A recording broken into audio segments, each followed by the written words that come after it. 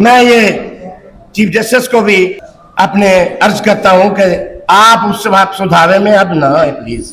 इस कौम का सोच ले, बहुत कुछ हमारा बर्बाद हो गया। सितम तो ये है कि पुतली बिठाकर मसरत पर कहा जा रहा है यही फैसला अवाम का है। ये अवाम का फैसला करने तो फिर देखे अवाम आपको कैसे उतारती है। अब अवाम जाग चुकी है और इसका सबूत आपने देख लिया।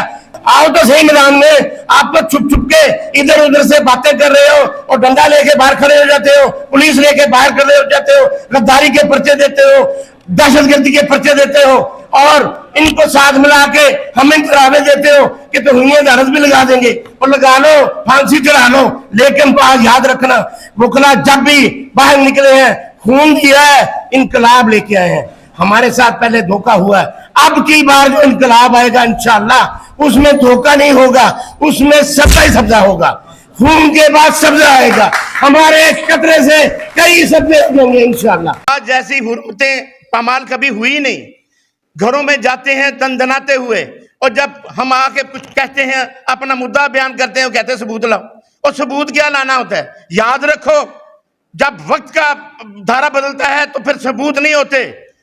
मैं आपको याद कराता हूं उन जजों को जिन जजों ने यहां मुआशरे में जुल्म किए, उनके साथ क्या हुआ।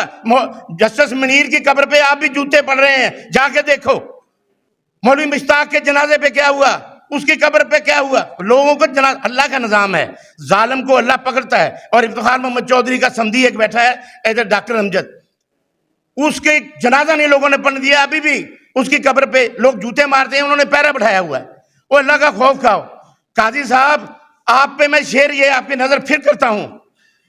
तेरी गुफ्तार पे हैरत, तेरे करदार पे खाक, काजी अस तेरे अदल के दरबार पे खाक।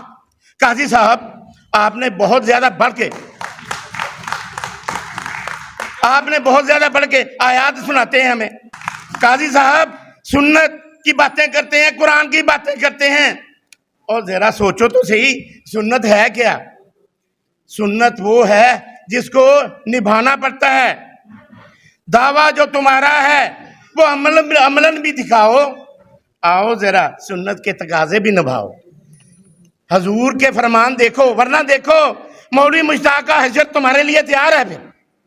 और मैं अच्छे जजेस को खराज तहसीन पेश करता हूं। हमारे आज भी जाने जाते हैं ना जुडिशरी में, कार्निनियस को जानते हैं ना, सलाम करते हैं।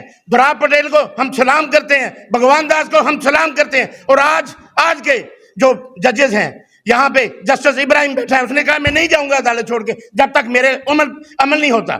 और आप अपने फार्मर चीफ जस्टिस का हाल देखें।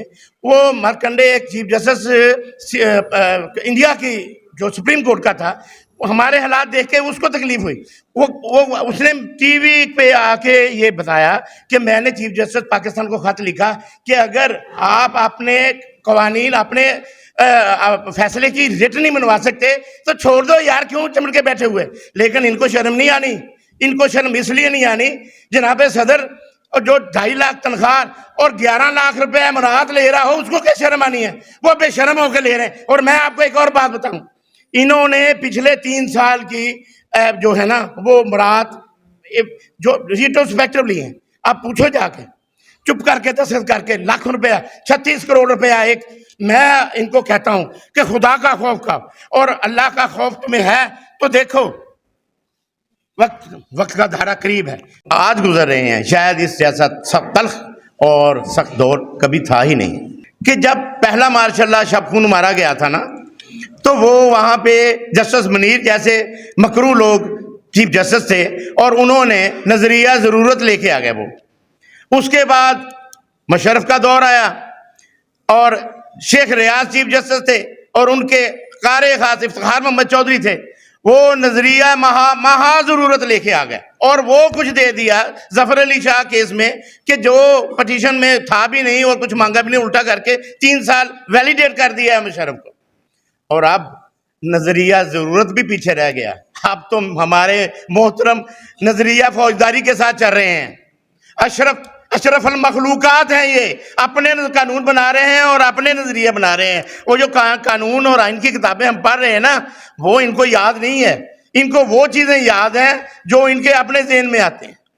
अफसोस है कि इन लोगों की खातर हमारे वकला ने जाने दी हैं, खून दिया है, उसका सिला क्या दिया। इफ्तिखार मोहम्मद चौधरी आप आया और आप अपने रुफका को नवाजा, करप्शन की, खजाने भरे, उसको किसी ने पूछा तो वो डंडा लेके खड़ा होगा कि आप कौन होते हैं मेरी करप्शन पे बात करने वाले।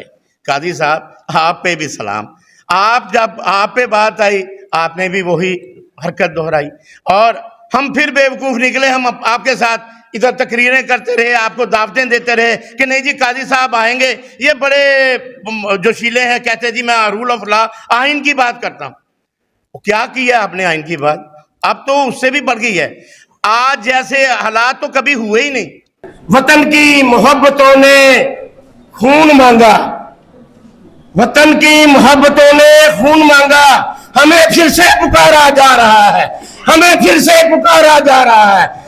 मुखला जिंदा है, जिंदा है मुखला, जिंदा है मुखला, इस आइन की खातिर, कानून की खातिर। मेरी सेक्रेटरी खड़ी हो गई है और पहले मुकर्रर बहुत सारी बातें और भी थी।